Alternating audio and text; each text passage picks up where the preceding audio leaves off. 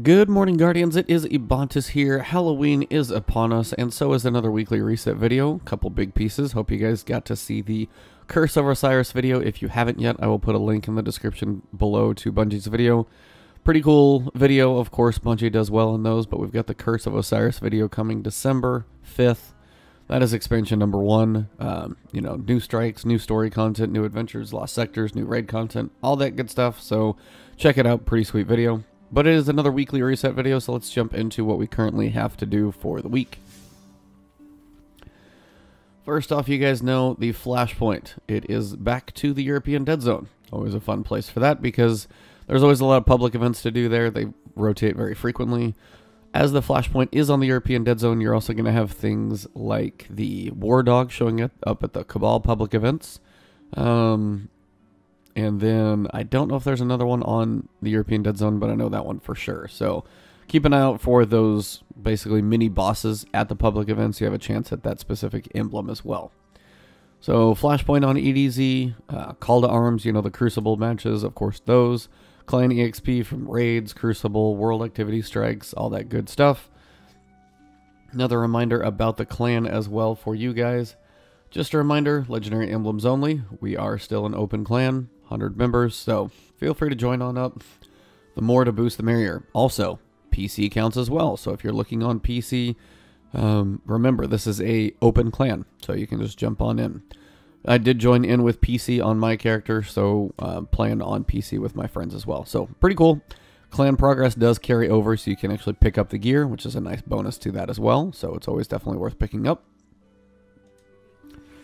Anyways, back to the activities. Next, you guys know we've got the Nightfall. And the Nightfall this week is same strike it was last week, but modifiers are a bit different. So we've got the Arms Dealer. This is the one where you're fighting with Cabal. A couple tanks in the middle. And then finally you get to that last room where you have to fight the Cabal Major. And he's going to be the one where you have to, get the little orbs, drop the shields, and he's going to be running around that big open platform area. Prism is your first modifier. This one affects your energy, weapons, and, damage arc type specifically. So you've got Arc, Void, and Solar. They rotate. So it's going to be a minute on each one. And basically the way it works is you want to make sure and match that damage. So if you're doing, obviously your grenades you can't change, things like that. But so you're still going to want to throw those. But try and save them at points where it's going to have you more benefit. So if I'm running on my Titan, for example, I'm going to be running Arc with those pulse grenades. If I'm holding a pulse grenade, I don't want to throw it out when it's a void because the damage is going to be substantially less. It's actually going to lower the damage than it would normally. But if you match the damage type, you get a nice boost to it. So make sure and match the damage type when you're running with a team. Just make sure you guys, mix up who's what. One person solar, one person void, one person arc. For your energy and power weapons, again, have a rotation so each of you can be doing that bonus damage as you run through, so you're not sitting at a point where everybody's stuck just using their kinetic weapon, not getting that bonus to help with time. Speaking of time, killing time is your time warp modifier. Killing enemies will boost the time limit. Now, it's up to a certain point. You can't sit there and, for one, kill everything because it's going to be not beneficial to you. The other piece is about killing time, just make the most efficient use of your time. If you get to a room and you've killed everything but one enemy, don't run back just to try and find that one guy to get an extra kill. It's not worth the 3 or 4 seconds that you're going to get by probably spending 30 seconds to look for him. Again, kill everything you need to, but again, be efficient with your time. If there's an area where you can skip it, but you can throw a grenade while you run by, you can do that. That's not going to hurt anything. But again, if you don't need to fight enemies in a certain area to keep going forward and you can jump on your Sparrow and skip them, do that. So I'll try and get a video up for a basic guide for you guys. If I don't get all the way through, hopefully it at least will help you guys out. Still working on solo on some of these. Esoteric continues to crush that. Awesome job, man. But I'll try and get a guide up for you guys so you can at least get a feel for running with a team or solo, kind of what to expect. So from there, we come to next the Leviathan raid. Now, the raid this week is actually going to be starting challenge modes. Now, challenge modes are going to be a specific thing you have to do to accomplish the challenge on each encounter. They're going to be rotating. So, at 12 Central Time, 10 a.m. Pacific, standard Bungie time, the challenge for the Royal Baths is going to activate. Now, when you go through and play the raid, it's going to ask you, it's not going to tell you what you have to do. People are probably going to figure it out pretty quickly, but the challenge is going to be on normal or hard. The challenge is going to be there in both, so keep that in mind. you're going to go through and finish the encounter differently. So, for example, before on the challenge mode on one of the King's Fall encounters, there was a thing where you had to hold the gaze of the boss, basically have him focus on you while other people did damage.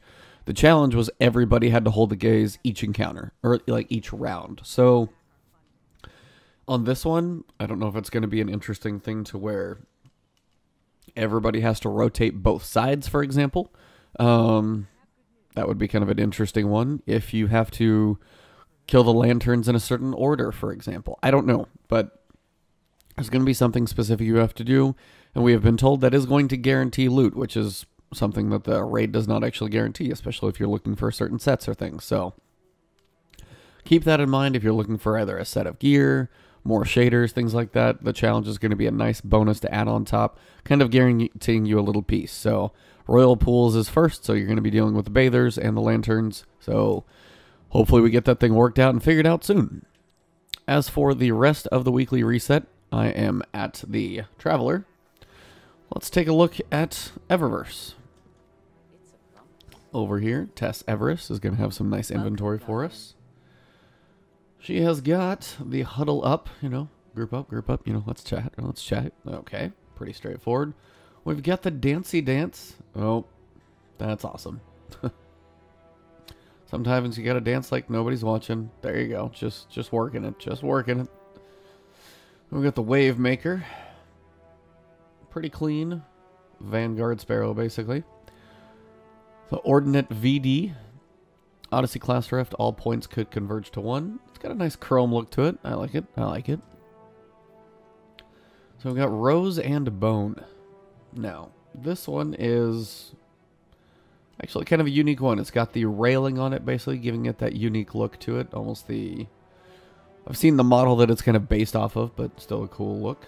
We've got the Darcy mod. Darcy looks pretty cool. This one just kind of changes it up, gives it kind of the, I guess, the wooden... Almost a wooden look on the end here. Almost looks like it kind of fell out of the raid for the colors. Not quite as bold. Kind of a, worn down raid colors, but still pretty cool. But we've also got the Risk Runner. Ooh, actually, I haven't seen this ornament. Oh, nice. So we've got Summer Storm. This little thing right here almost looks like the Sunshot as well. So it gives it a little bit of a solar spin to it. Nice. The Arms of Optimacy, so gauntlets for your Optimacy set this week, if you're looking for those on your classes. We've got the Tower Shell. Not bad, pretty standard, but kind of cool. And the Titan Shell. Depending on what character you're on, you could definitely mess with people if you're a Warlock using a Titan Shell. Midnight Talons. Some of these do look pretty cool.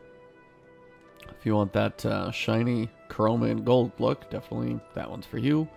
Watermelon always looks a little goofy. Pretty green with a, hint of pinkish red accents. And Golden Trace, got that carbon fiber look to it. Not too shabby. And, of course, your Fire Team Medallion. Last piece for the weekly reset for you guys is going to be the Cayde Stashes. I will run over here and at least read them down for you. I will do the separate video so you guys can see where they're located for 1. And 2, I will drive you guys straight to them in-game so you can actually know the best way to find them. So that will be in a separate video. I will have it linked up here in the top, so check the card up top, click there.